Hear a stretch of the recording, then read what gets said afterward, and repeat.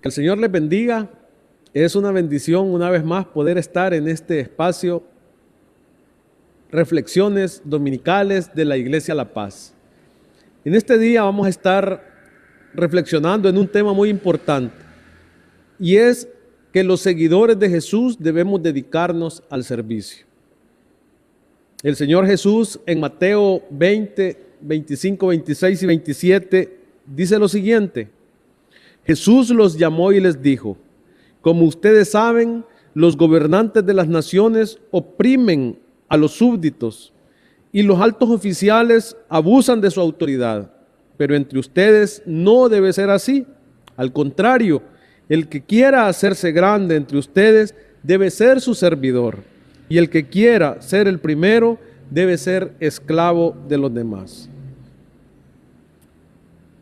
Encontramos un principio muy importante aquí, y es que los siervos de Jesús debemos cuidarnos del peligro de actuar según los criterios del mundo.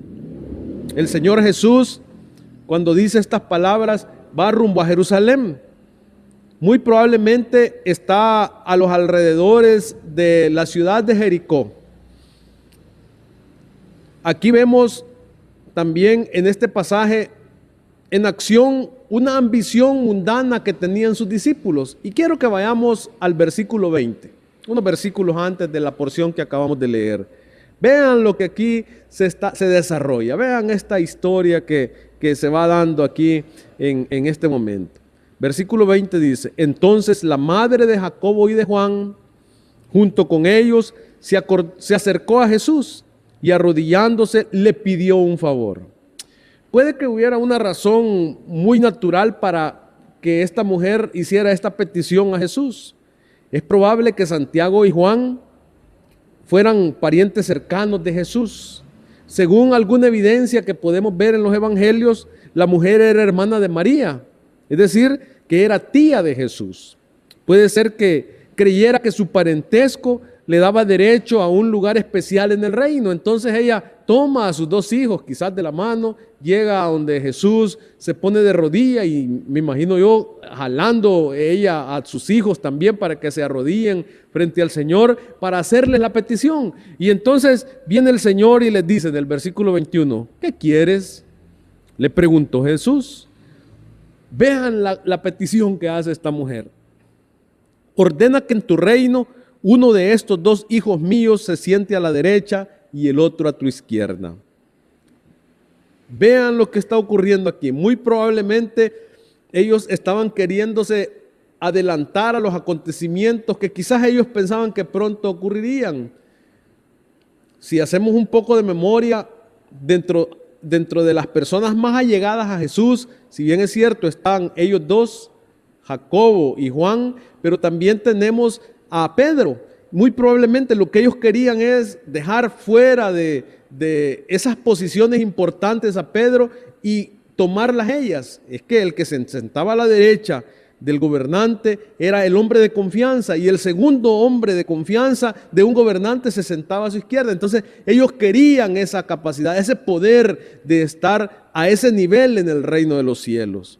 Versículo 22, Jesús les responde: ¿no saben lo que están pidiendo?, le replicó Jesús. ¿Puede acaso beber el trago amargo de la copa que yo voy a beber? Y vean la respuesta de estos hombres: sí podemos. En este pasaje se nos muestran algunas cosas importantes de los discípulos. Nos habla de su ambición. Todavía ellos estaban pensando en términos de recompensa y de distinciones personales. Ellos estaban pensando en el éxito.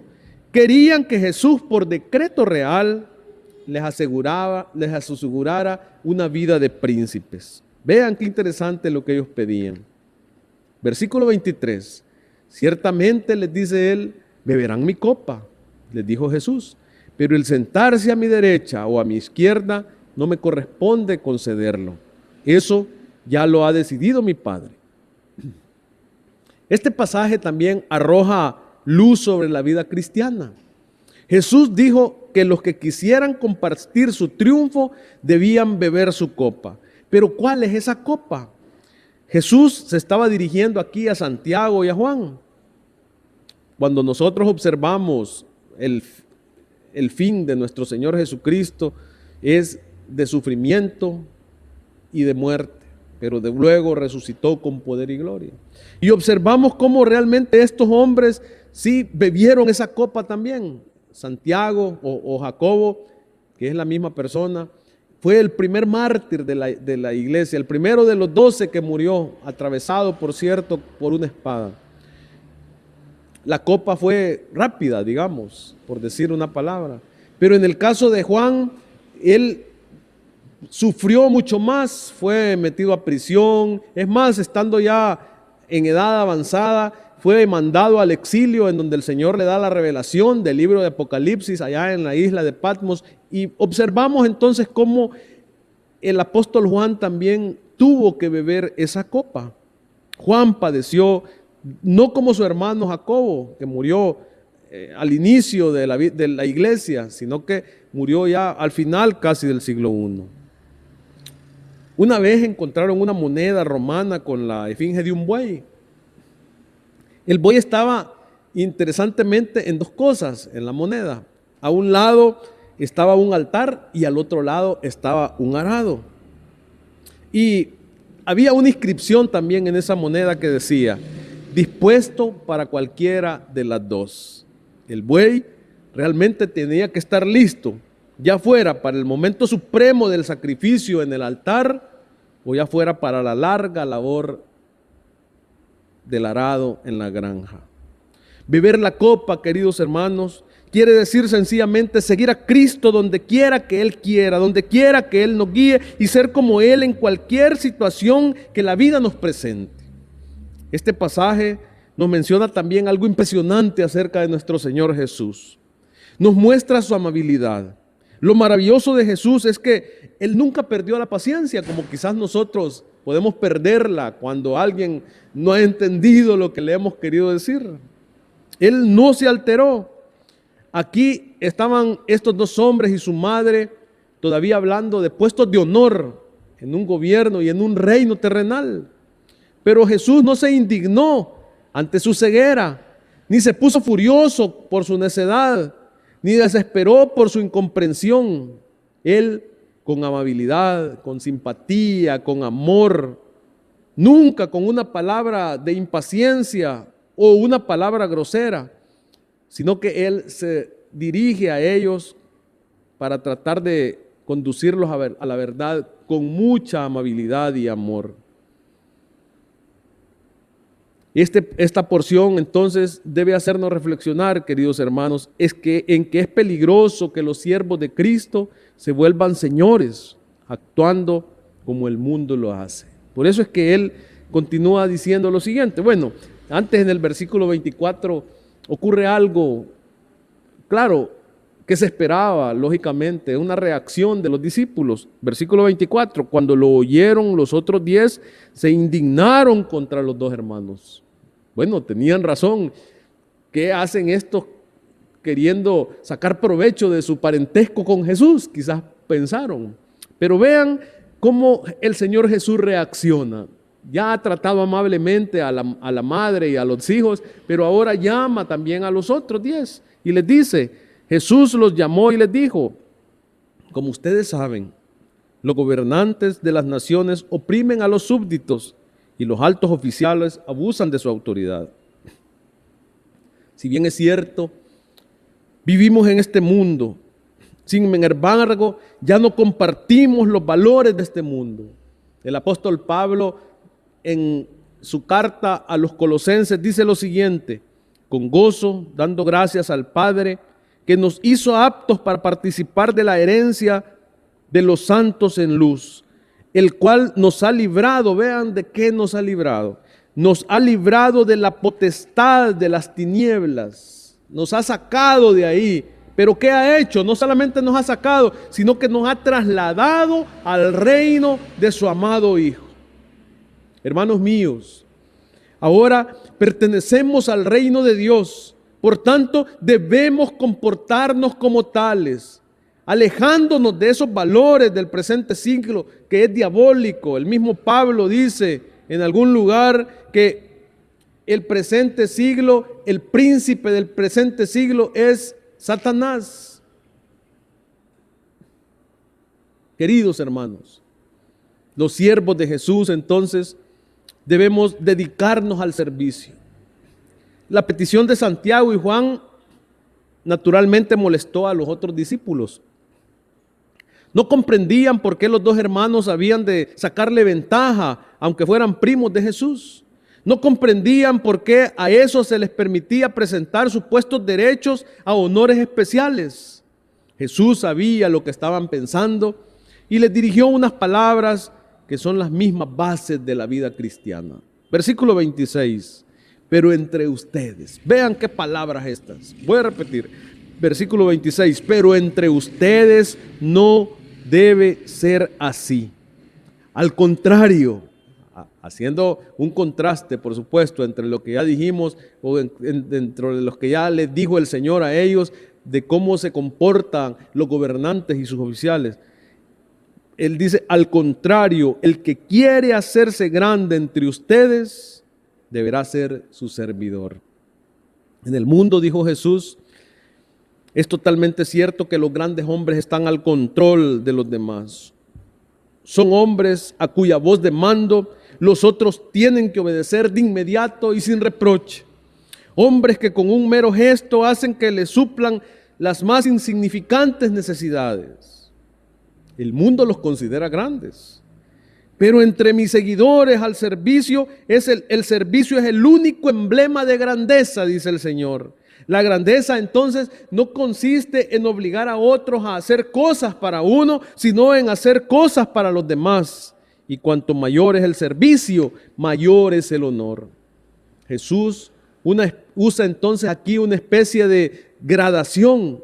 Si quiere ser grande, si usted quiere ser grande, si yo quiero ser grande, dijo el Señor, sea un siervo, yo debo ser un siervo. Si quiere ser el primero de todos, sea un esclavo. Aquí tenemos la total inversión de todos los valores del mundo. Una nueva escala de valores se ha introducido en la vida. Versículo 27. Y el que quiere ser primero debe ser esclavo de todos. Entonces debemos evitar actuar egoístamente. Debemos evitar actuar para buscar nuestros propios intereses personales o particulares. En el mundo en el que el Señor Jesús vivió, en el mundo del Imperio Romano, un siervo ocupaba la posición más humilde. Él no tenía voluntad propia. Su vida estaba centrada en servicio a los demás. Se cuenta la historia de que estaban dándole un seminario a algunos pastores y era de quedarse en un lugar. Y una de las indicaciones era de que estos pastores, tenían que cada cierto tiempo asear los servicios sanitarios en los que ellos mismos utilizaban.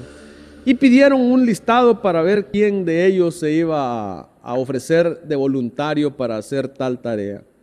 Lo sorprendente es que ninguno de ellos se anotó, pero el profesor de ellos, el instructor, el maestro que estaba dándoles las enseñanzas, fue encontrado aseándole los baños a los pastores que estaban ahí. Quizás pudo habérseles olvidado las enseñanzas que él les dio, la parte teórica que él les había dado, pero el servicio que este hombre le brindó en asearle los baños jamás se les olvidó. Pensemos por un momento entonces, nosotros, ¿estamos sirviendo a nuestros hermanos? ¿O mejor dejamos que los demás nos sirvan y nos llenen de atenciones? No olvidemos que el Señor Jesús es nuestro ejemplo máximo de servicio, pero no solo de servicio, sino que también de sacrificio. Lo que Jesús requiere de sus seguidores, ya Él lo ha cumplido. Él no vino para ser servido, sino para servir. Él no vino para ocupar un trono, sino una cruz. Fue precisamente por eso, por lo que la gente religiosa de su tiempo no lo pudo entender. Y es que a lo largo de toda la historia los judíos habían soñado con el Mesías, pero el Mesías con el que ellos habían soñado era siempre un rey conquistador, un poderoso caudillo que derrotaría a los enemigos y reinaría con poder sobre todos los reinos de la tierra. Ellos buscaban un conquistador, pero recibieron a un hombre humilde, a un hombre quebrantado en la cruz. Buscaban al rugiente león de Judá, pero recibieron al manso Cordero de Dios. Vean lo que dice el versículo 28. Así como el Hijo del Hombre no vino para que le sirvieran, sino para servir y para dar su vida en rescate por muchos. Él vino a servir y para dar su vida en rescate por muchos. ¿Qué quiere decir esto?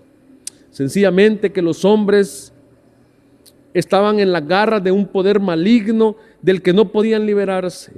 Sus pecados los arrastraban al abismo, a la muerte. A usted y a mí, nuestros pecados nos llevaban a la muerte.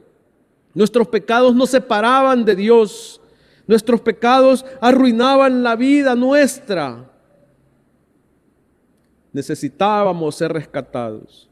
Un rescate es algo que se paga para liberar a una persona de una situación de la cual le es imposible liberarse por sí mismo.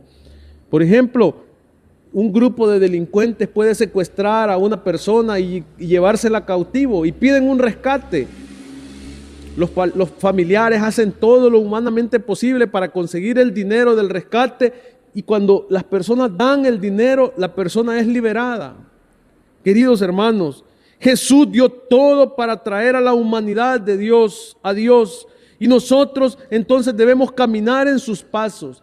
Él murió por nosotros. Nosotros merecíamos pagar el precio de nuestro pecado, pero si así ocurriría, estaríamos condenados. Por lo tanto, el Señor pagó por nosotros en la cruz del Calvario.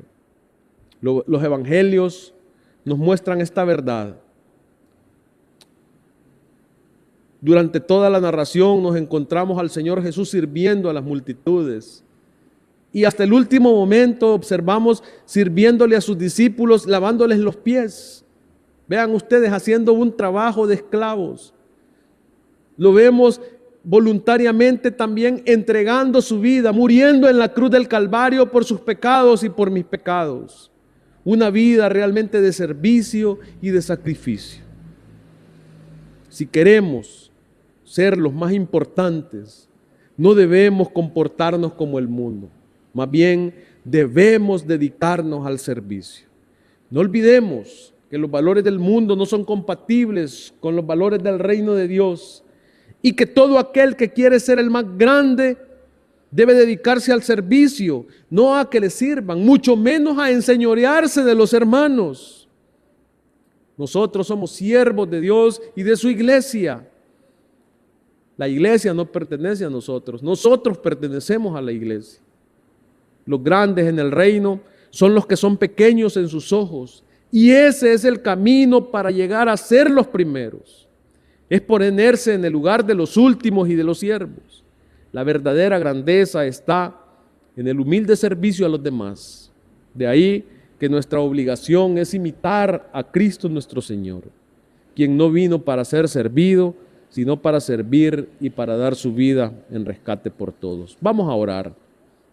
Padre, te alabamos porque tú eres bueno y misericordioso con nosotros.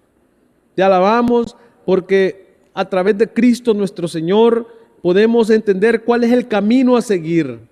Podemos entender que así como Cristo nuestro Señor no vino para ser servido, sino que para servir y para dar su vida en rescate por muchos, así Cristo nuestro Señor nos manda también a nosotros a dedicarnos al servicio a nuestros hermanos, a la comunidad en la cual nos desarrollamos, servir a las personas que nos rodean. Ayúdanos, Señor, a poder desarrollarnos de esa manera y que las personas puedan ver el servicio de tu pueblo alrededor de ellos. Que nosotros podamos ser luz y sal. Que la gente glorifique tu santo nombre y que vean realmente que nosotros somos servidores tuyos y de la sociedad. Gracias por este tiempo. En el nombre de Jesús hemos orado. Amén. Que el Señor les bendiga.